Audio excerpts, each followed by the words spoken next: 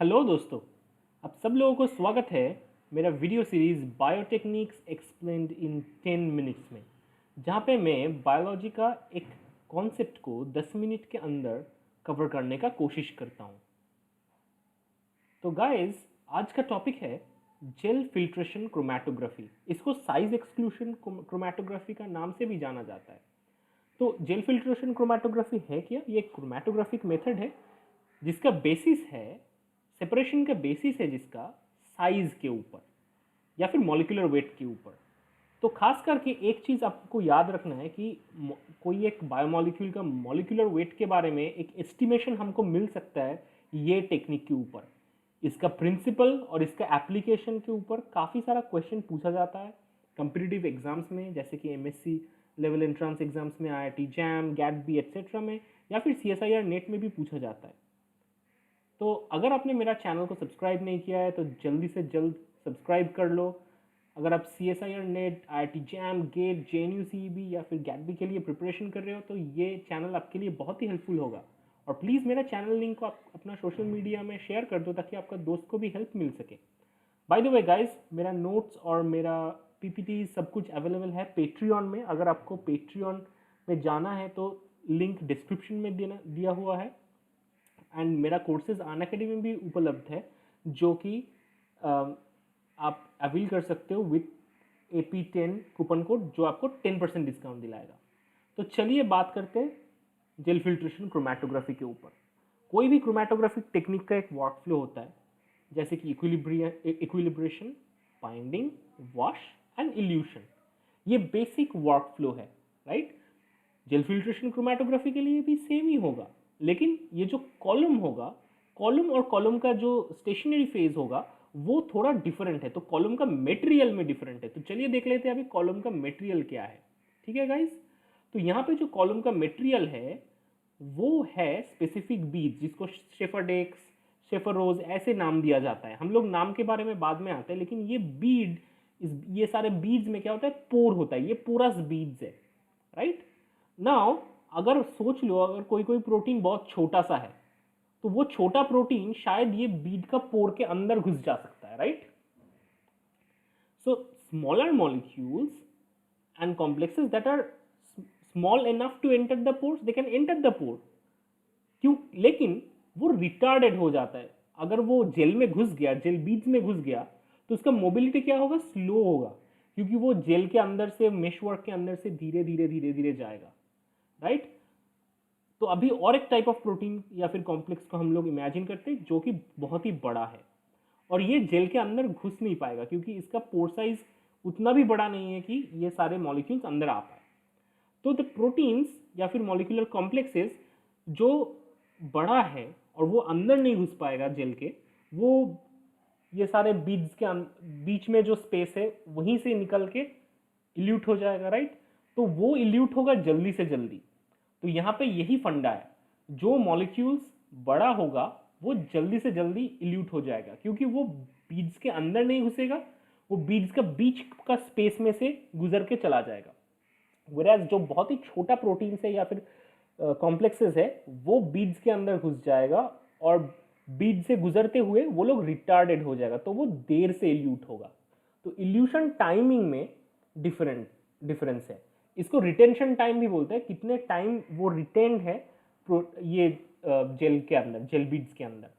तो अभी अगर आप कमर्शियली देखोगे तो ये जेल बीड्स का नाम ऐसे होता है, जैसे कि शेफरडेक्स G10, शेफरडेक्स G50, 75 ऐसे, या फिर बायोजेल पी, सेफरोज एक्सेट्रा। तो यहाँ पे इन लोगों का एक एक्सक्लूशन लिमिट दिया जाता है। आखिर होता क्या है ये एक्सक्लूशन लिमिट? बहुत ही खास एंड बहुत ही इंपॉर्टेंट कॉन्सेप्ट है, तो चलिए देख लेते हैं। तो ये exclusion limit actually size exclusion limit है। मतलब एक मॉलिक्यूलर कॉम्प्लेक्स अगर वो एक्सक्लूशन लिमिट के ऊपर है तो वो कभी ये जेल बीड में एंटर नहीं करेगा। जैसे ये थर्ड वाले इमेज को देखिए, यहाँ पे देखिए 0 to 700 डाल्टन का एक्सक्लूशन लिमिट दिया गया है। मतलब 0 to 700 डाल्टन के अंदर किसी का मॉलिक्यूलर वेट होगा तो वो ये बीड के अंदर घुसेगा। उसके बियॉन्ड होगा, मानो कि 800 डाल्टन होगा या फिर 1000 डाल्टन होगा, वो ये बीड के अंदर घुस ही नहीं पाएगा। तो ये होता है साइज एक्सक्लूशन लिमिट। और डिफरेंट साइज एक्सक्लूशन लिमिट के बीच यूज किया जाता है डिफरेंट टाइप ऑफ प्रोटीन को ऐसे सेपरेट करने के लिए। जैसे अगर प्रोटीन बहुत बड़े हैं, मतलब मेरा सॉल्यूशन में जो प्रोटीन दिया गया है ABC मान लो, वो उसका साइज ही काफ़ी बड़ा है, 30 kd ऐसे साइज है, 30 kd एंड 15 kd 20 kd ऐसे समझ लो, तो पहले वाला बीट जो यहाँ पे दिख रहा है आपको, वो बहुत हेल्पफुल रहेगा उनको सेपरेट करने के लिए। लेकिन अगर मिक्सचर में बहुत ही छोटा सा प्रोटीन्स होगा, देन क्या होगा, ये जो तीसरा वाला फाइन बीट दिया गया है ये ज़्यादा अच्छा रहेगा आपको सेपरेशन के लिए, राइट। तो ये स्ट्रेनर जैसे है, राइट। अगर आपको सैंड को स्ट्रेन करना है तो जितना स्ट्रेनर का पोर साइज लगेगा वो बहुत ही फाइन होगा, राइट। तो ऐसे ही सेम प्रिंसिपल पे काम करता है साइज एक्सक्लूशन या जेल फिल्ट्रेशन क्रोमैटोग्राफी, राइट। पूरा साइज के बेसिस पे सेपरेशन होता है यहाँ पे, और मॉलिक्यूलर वेट भी जाना जा सकता है। तो ओवरऑल हम लोगों ने जो समझा कि इसका प्रिंसिपल में बहुत ही सिंपल है, जो भी प्रोटीन बहुत बड़ा है, एक्सक्लूशन लिमिट से ऊपर है जिसका मॉलिक्यूलर वेट, वो कभी बीड के अंदर नहीं घुसेगा, और जो प्रोटीन छोटा है उसका एक्सक्लूशन लिमिट से छोटा है वो बीड के अंदर घुस जाएगा, और बीड के अंदर से गुजरते हुए वो रिटार्डेड हो जाएगा। तो उसका इल्यूशन देर से होगा और उसका रिटेंशन टाइम ये कॉलम में ज़्यादा होगा।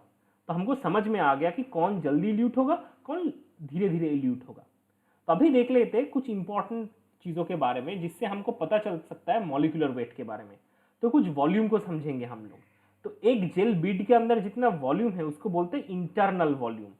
उसके बाद जेल बीड के बीच में जो वॉल्यूम है उसको बोलते हैं वॉइड वॉल्यूम। अभी जो भी वॉल्यूम कॉलम को इल्यूट करने के लिए यूज होता है उसको बोलता है इल्यूशन वॉल्यूम। ये सारे वॉल्यूम्स एक दूसरे से रिलेटेड है। For example, elution volume is related to void volume and internal volume by this equation. मतलब इल्यूशन वॉल्यूम जान लिया तो बाकी का बारे में थोड़ा हमको जानकारी मिल सकता है, राइट। अभी क्या करेंगे, अभी हमको इल्यूशन वॉल्यूम तो पता चल गया, वो it has to be calculated, right. और वॉइड वॉल्यूम जो है वो एक कॉलम के लिए फिक्स रहता है।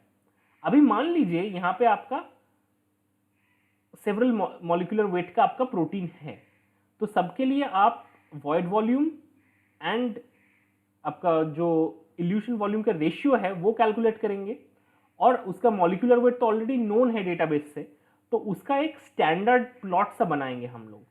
जैसे कि कोई भी एक स्पेक्ट्रोस्कोपी टेक्निक में हम लोगों ने स्टैंडर्ड कर्व प्लॉट किया है, यहाँ पे भी स्टैंडर्ड कर्व करेंगे, और उसी स्टैंडर्ड कर्व में ये evolution volume versus void volume का जो रेशियो है उसको प्लॉट करेंगे, और उसको एक्स्ट्रापोलेट करके ही हमको पता चल जाएगा मॉलिक्यूलर वेट के बारे में।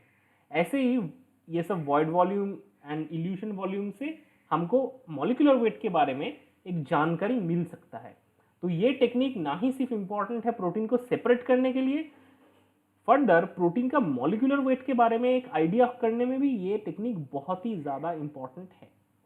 तो जेल फिल्ट्रेशन क्रोमैटोग्राफी को आपको 5 मिनट में रिवाइज करना है, तो ऐसे खास फ्लैश कार्ड आपके लिए तैयार है, तो आप इसको स्क्रीनशॉट कर सकते हो।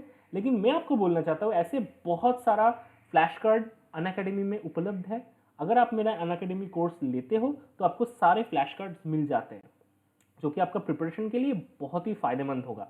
और मेरा कोड AP10 से तो आपको 10% डिस्काउंट मिल ही सकता है। एनीवे गाइज, मेरा पेट्रियन पेज में आप $5 दे के सब्सक्राइब कर सकते हो, और पेट्रियन पेज में भी ये सारे का सारे नोट्स अवेलेबल है, जो कि आप जैसे स्टूडेंट लोगों के लिए बहुत ही फायदेमंद रहेगा मेरे ख्याल से। तो प्लीज़ मेरा चैनल को लाइक, शेयर एंड सब्सक्राइब कर दीजिए। Don't forget to comment, and comment में मेरे को बताइए कैसे लग रहा है ये सारे टॉपिक्स, और कैसे लग रहा है एक्सप्लेनेशन। आप लोगों का क्या डिमांड है वो भी बताइए मेरे को कमेंट में। Thank you guys.